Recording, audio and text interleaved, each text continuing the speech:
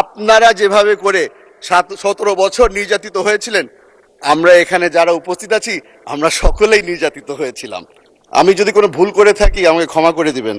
তবে প্রথমবারের মতো বক্তব্য রাখছি এই সংসদে, কিছুটা তো নার্ভাসনেস আছে।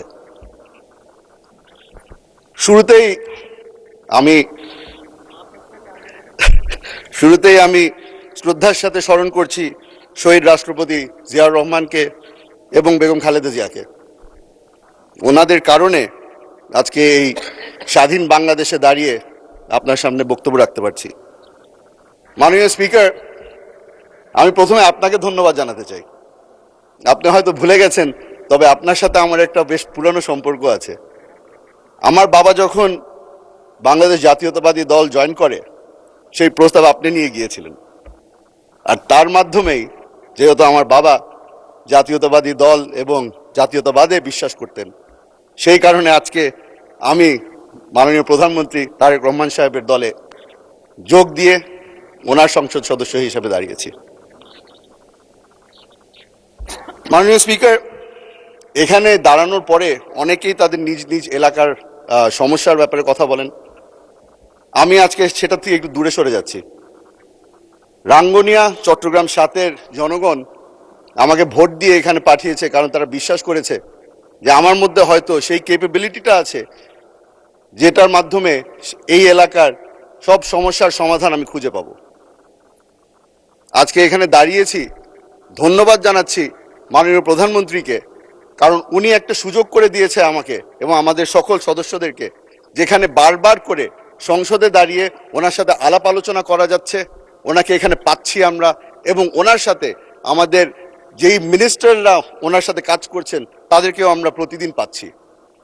তাদের কাছে আমি অনুরোধ করব, আমার এলাকার যখন সমস্যা নিয়ে আপনাদের কাছে আসি, সাহায্য করবেন। 17 বছর ধরে কোনো ধরনের উন্নয়ন হয়নি রাঙ্গুনিয়ায়।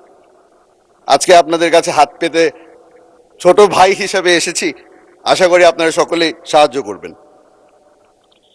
মাননীয় স্পিকার, বর্তমানে আমরা একটা জিনিস নোটিস করছি, সেটা হচ্ছে এই সংসদের মধ্যে একটা ট্রাস্টের ল্যাকিং চলে এসেছে। আমরা বারবার করে বলেছি, আমার প্রধানমন্ত্রী বারবার করে বলেছে, জুলাই সনদের মধ্যে যা যা লেখা আছে অক্ষরে অক্ষরে সেটা বাস্তবায়ন করব আমরা। তবে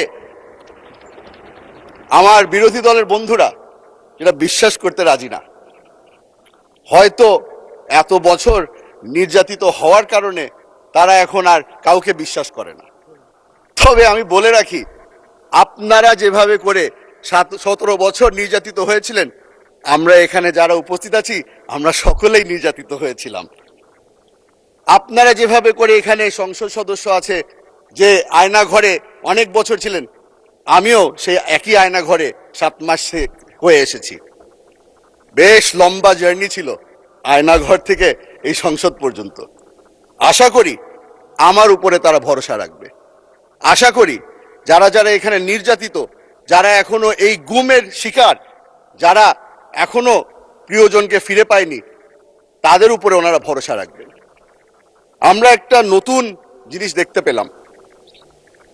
প্রথমবারের মতো আমার প্রধানমন্ত্রী একদিনের মাথায় এই সংসদে দাঁড়িয়ে বলল, আপনারা আপনাদের সাহায্যের হাত বাড়িয়েছেন, আমরা সেই সাহায্য চাই। সঙ্গে সঙ্গে কমিটি গঠন করে দেওয়া হলো। এই ন্যাশনাল এবং ইন্টারন্যাশনাল ক্রাইসিসের মধ্যে আমরা তাদের সাহায্য কামনা করি, এবং যেহেতু তারা সাহায্য করতে চেয়েছে আমরা তাদেরকে ধন্যবাদ জানাই। মাননীয় স্পিকার, আজকে অবাক হলাম। আমি একটি প্রোগ্রামে গিয়েছিলাম যেখানে এই মানবাধিকার নিয়ে অনেকক্ষণ ধরে কথাবার্তা হচ্ছিল। সেখানে আমাকে বলা হলো যে এই মানবাধিকারের যেই অর্ডিন্যান্সটা ছিল সেটা ল্যাপস হয়ে গেছে, কেন হলো? সেখানে জবাব দিয়ে এসেছি যে মানবাধিকারের যেই অর্ডিন্যান্স ল্যাপস হয়েছে সেটা একটা দুর্বল অর্ডিন্যান্স ছিল। শক্তিশালী বিল আকারে আমরা এখানে একটি নতুন বিল প্রস্তাব করব। আশা করি তারা ভরসা রাখবে যে যেই ব্যক্তি 7 মাস টর্চার হয়েছে সেই ব্যক্তি তাদেরকে মিথ্যা কথা বলছে না, অসৎ কথা বলছে না।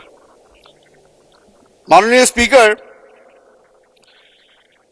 আমরা গত 2 মাস ধরে চেষ্টা করেছি এই সংসদে দাঁড়িয়ে তাদের যেই ভরসা আছে সেটা যেন আমাদের পক্ষে নিয়ে আসতে পারি। আশা করছি সামনের মাস যেগুলি যাবে আস্তে আস্তে করে তারা আমাদের